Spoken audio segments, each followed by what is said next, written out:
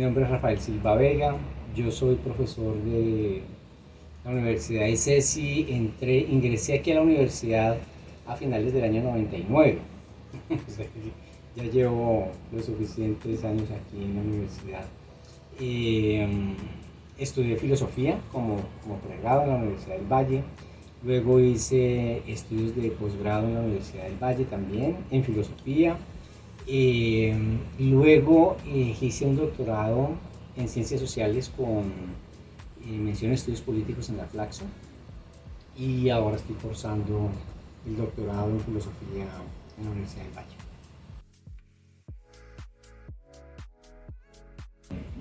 Yo recuerdo hace muchos años cuando esta facultad iniciaba, eh, fui el coordinador editorial de la facultad. Entonces en esa época hicimos un trabajo muy importante en términos de lo que fue el ejercicio de las publicaciones en la universidad, ayudando mucho en la labor de la consolidación de las revistas académicas que tenemos, la CS, por ejemplo, la revista Ciencias Sociales, y el anuario jurídico precedente. En ese momento fue en ese anuario. Y contribuimos mucho a la formación de las colecciones que hoy en día tenemos, que son propias de la facultad, porque eso ya cambió. Ya como ustedes saben, esa labor se hace centralizada en la universidad, pero hoy construimos colecciones muy interesantes que hoy en día se siguen publicando y que se hicieron. Y por supuesto ese trabajo inicial, de ese cargo inicial, pues nos permitió desarrollar una línea editorial muy interesante de publicaciones en la universidad, que hoy en día, bajo la coordinación, la dirección que tengo del Centro de Ética, hemos logrado también consolidar allí una colección importante para publicar los ejercicios investigativos que se hacen en la universidad. Fui director de la maestría en estudios sociales y políticos. Dirigí en algún momento el seminario de ética, fundé el seminario de ética, y actualmente soy el director del Centro de Ética y Democracia de la facultad.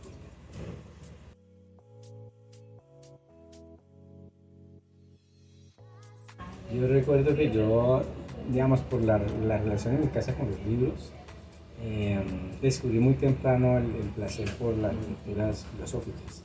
Entonces creo que yo tendría más o menos unos 13 años cuando descubrí que lo que quería estudiar era filosofía, y esa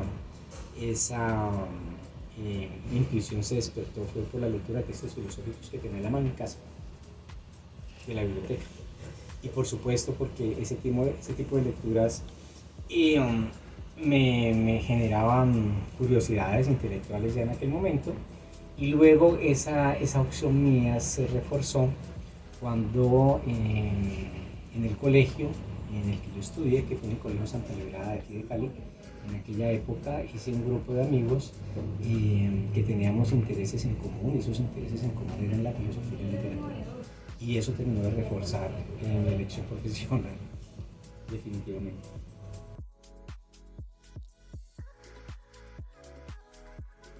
Por mi formación académica, digamos, como desde el pregrado yo elegí, por una cuestión de motivación personal, por gusto también y por interés y pasión por eso, me dediqué específicamente a la teoría política y a la teoría ética, que es como lo que yo trabajo permanentemente, y es el foco de atención mío en términos investigativos, en términos de mi labor pedagógica, mi labor docente, en términos también digamos, de todo lo que yo hago en mi vida académica.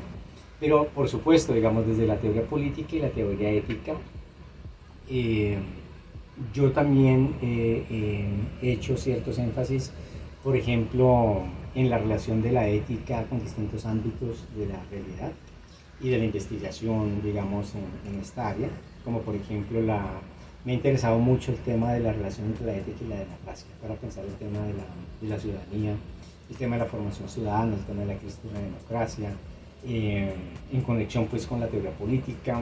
Me ha interesado mucho la relación entre lo que es la filosofía ético-política y las ciencias sociales, de ahí el doctorado que hice en ciencias sociales. Pero por la vía de la teoría política, yo me he dedicado a hacer historia de las ideas políticas, por llamarlo en esos términos, como se llama tradicionalmente. Entonces me dedicaba, digamos, me he especializado en ciertos clásicos del pensamiento, de la filosofía política, por ejemplo, eh, a estudiar de manera asidua y continua durante muchos años el pensamiento político de Maquiavelo y el Renacimiento italiano. Eh, por esa vía me interesé también mucho por cuestiones metodológicas de carácter hermenéutico. Entonces, eh, siempre, digamos, he trabajado la hermenéutica con una especie de enfoque metodológico para mis investigaciones, pero también últimamente y por necesidades propiamente institucionales, y que por lo cual fui descubriendo, digamos, un interés que me genera también como mucho entusiasmo, es en la indagación sobre el tema de la enseñanza de la ética, que creo que es un tema que se vuelve muy importante en el contexto actual en el país, no solamente, digamos, por lo que la ética tiene de importancia hoy en día en la formación profesional, sino también por la crisis del momento histórico por el que estamos pasando. Entonces creo que en resumidas cuentas, esos otros elementos han sido como aristas que han ido apareciendo en torno a un tema que es el núcleo central de mi trabajo, que es la teoría política y la teoría ética.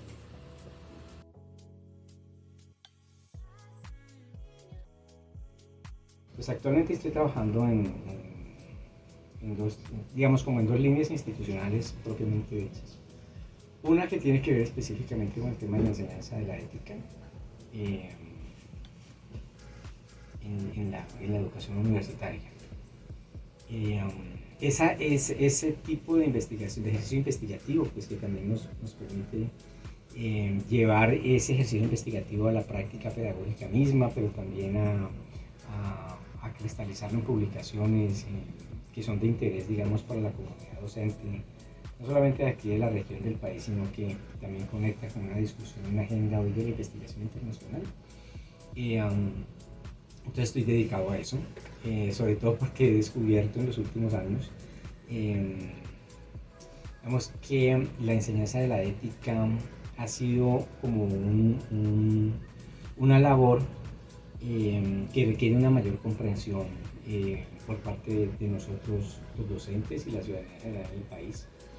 A veces creemos que ese tipo de disciplina se puede enseñar como se enseñan las otras disciplinas, y creo que aquí vale la pena anotar como dos elementos en eso. Por un lado, que nos falta mucho más conocer y debatir en el país la naturaleza de ese tipo de saber, en qué consiste, para también saber cómo transmitirlo, y también mirar las limitaciones que el contexto histórico en sentido académico del país ha generado, unas limitaciones muy profundas para la comprensión de ese saber y también para su transmisión en la escuela.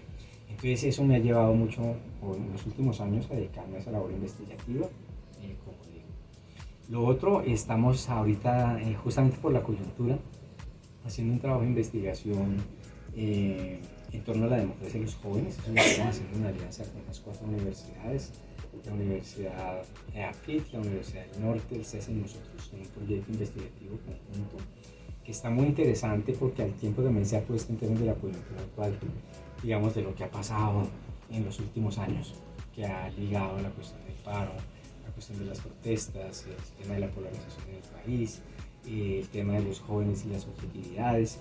Entonces, esa línea de trabajo, que por supuesto está conectada con mi línea de trabajo permanente, que es la ética y la teoría política. Entonces, creo que aquí tengo un nicho que está saliendo muy interesante. Y ya no tanto como una labor propiamente institucional, sino como interés investigativo mío. Estoy haciendo un ejercicio de investigación que espero que en algunos años de ojalá fruto para escribir un libro, que es un ejercicio más de carácter teórico, menos práctico como estas dos investigaciones. Un ejercicio en el que yo me siento muy cómodo, obviamente, por mi formación en teoría política y en filosofía, que es que he descubierto un asunto que me permite plantear los límites y los alcances de la filosofía política misma como disciplina. Y los límites y alcances de ella como disciplina yo los he encontrado intuitivamente en una cuestión que he venido trabajando, que es el tema de la ciudadanía y la formación ciudadana, ¿sí? Me interesa mucho eso fundamentalmente con una conexión que yo estoy tratando de establecer entre lo que son esos límites y el tema de la opinión, en una conceptualización que yo estoy tratando de elaborar sobre lo que yo llamo una sociedad de la opinión.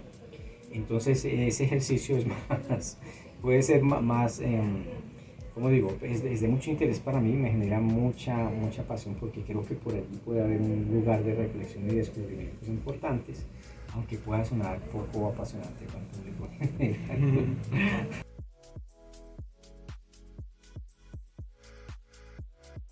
La filosofía es un, digamos, es una disciplina, ¿no? Que tiene una historia y una trayectoria suficientemente larga, ¿no?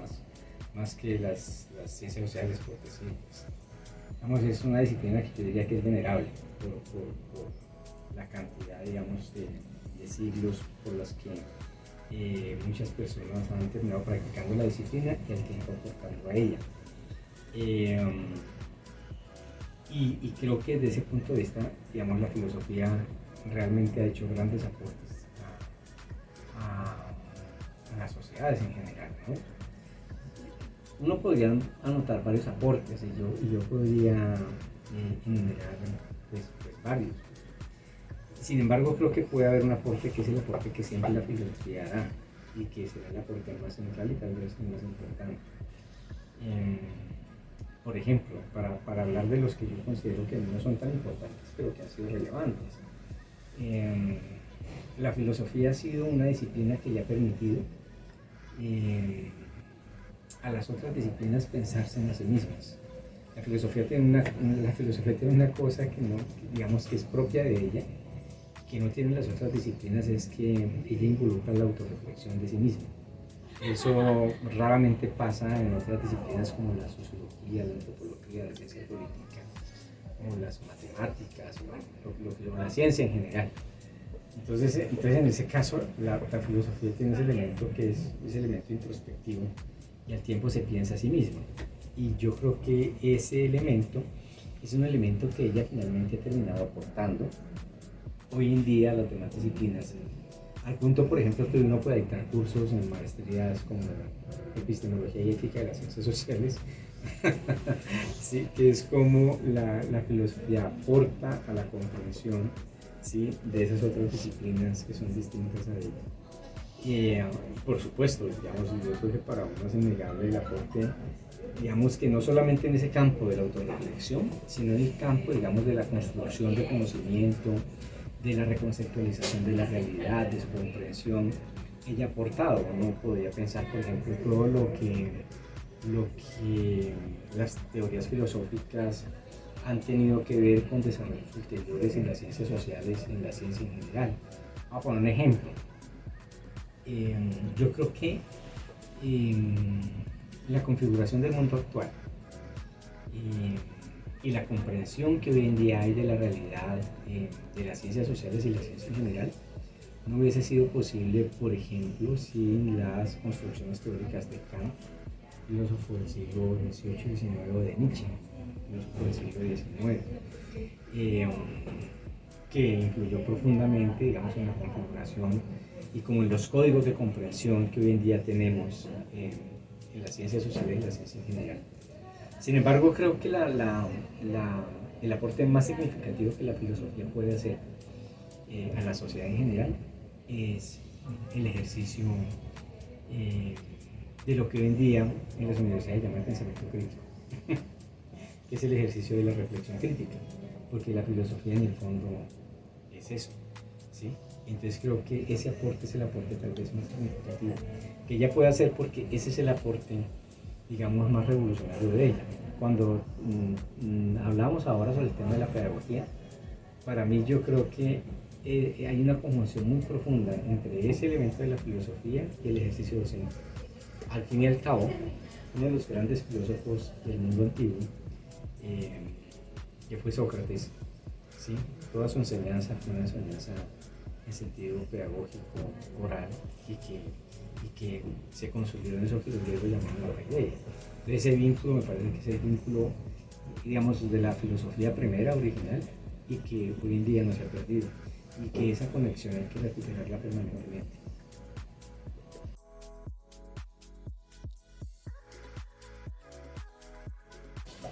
Y la docencia. No, mire, yo creo que una de las actividades más importantes que nosotros hacemos en la universidad es la docencia. Me parece que, em, que esa actividad eh, es una actividad interesante por dos razones. Uno podría valorarlo de ser. Una, porque yo creo que a través de la docencia se convierte en un ejercicio experiencial y el tiempo crítico para uno mismo. Y a través de la docencia uno es capaz de descubrir cuáles son los límites y los alcances de uno, por lo pronto en el ejercicio, digamos, de una disciplina y en la práctica de una disciplina académica. Lo cual hace que la docencia se convierta en un ejercicio muy rico para el aprendizaje de quien la ejerce. Y curiosamente, creo yo que más que para aquel que está de receptor en el ejercicio, por decirlo así, aunque no necesariamente es así en la realidad. Pero creo que allí hay ese elemento de enriquecimiento permanente. La docencia es una actividad que te permite actualizarte, voy a decirlo como lo que dice actualizarse en el ser permanentemente y enriquecerse. Entonces yo creo que esa es para mí fue uno de los grandes descubrimientos cuando ingresé a la docencia. Pero también es una de las cosas que yo más valoro del ejercicio de la docencia.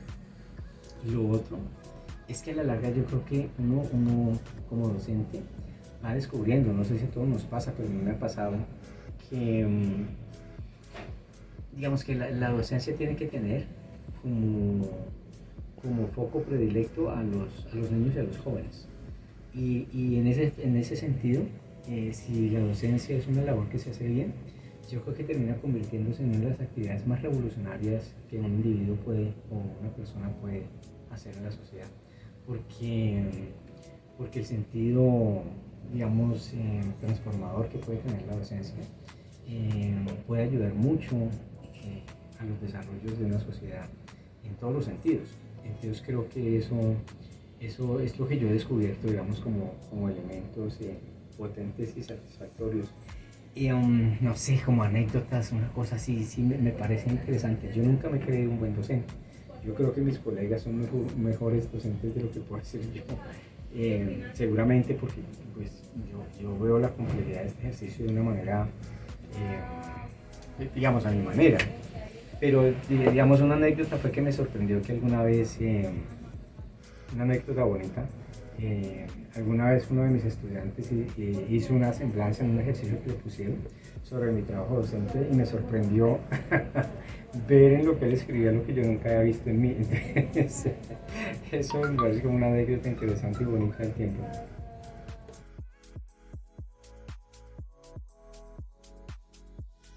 Obviamente se tiene que ver con la docencia. Me parece que eso es un reto permanente para nosotros, los que estamos en el ejercicio de la docencia, independientemente, digamos, de la disciplina en la que trabajemos o del área en el que trabajemos, por muchas razones, digamos. Digamos, las más básicas son que generalmente la sociedad está cambiando, la sociedad se está transformando. Generalmente la docencia en su sentido más primeros nosotros la ejercemos sobre jóvenes, pero lo que pasa es que los jóvenes también están en una transformación permanente.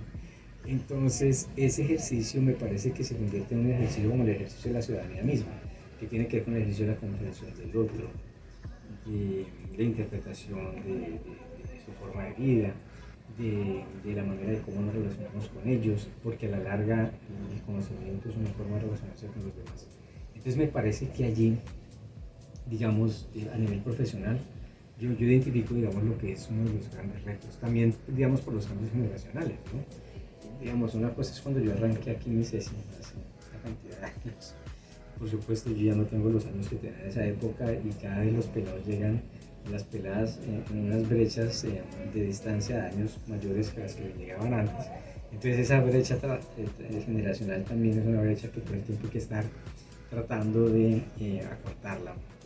Y la manera de acortarla es a través de la apuesta pedagógica. Bueno, que de otra manera yo decía que en parte hay una riqueza. Entonces es un reto importante. Lo otro que yo creo que es un reto importante profesional, sobre todo, y esto sí tiene que ver específicamente con el campo profesional en el que yo me muevo y disciplinar, son los problemas sociales que hoy en día enfrentamos. ¿Por qué razón? Porque todo este tema que se ha llamado la polarización, la crisis de la democracia, sobre todo en cursos en los que yo trabajo y en el ejercicio docente que yo hago, son temas que están permanentemente, digamos, en discusión en las aulas de clase y no se pueden evitar. Y ustedes ya se imaginan, digamos, la dificultad de poder dictar cursos sobre democracia, sobre ética, sobre teoría política, en un contexto tan polarizado como el nuestro y al tiempo también acechado por violencias de tal tipo, ¿no? Entonces, una labor, un reto grande es cómo hacer para que el aula de clase no esté contaminada permanentemente de esa realidad tan nefasta en la que vivimos en la sociedad, ¿no? Y que aún así podamos discutir en sentidos académicos y serios los grandes problemas que estamos atravesando hoy en día en nuestra sociedad.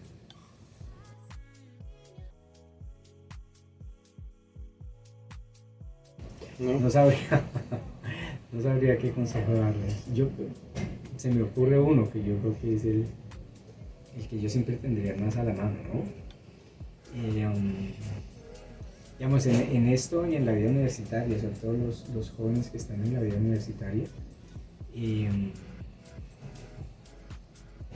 digamos, un reto nuestro es despertar la pasión por el saber, pero creo que un consejo también en este caso es más bien que todo lo que hagan en la universidad o todo lo que dejen de hacer, que siempre sea algo que sirva para enriquecer sus vidas y para construir una vida pues decente, una vida bien llevada. Creo que eso es lo que todos esperamos de todos y para todos.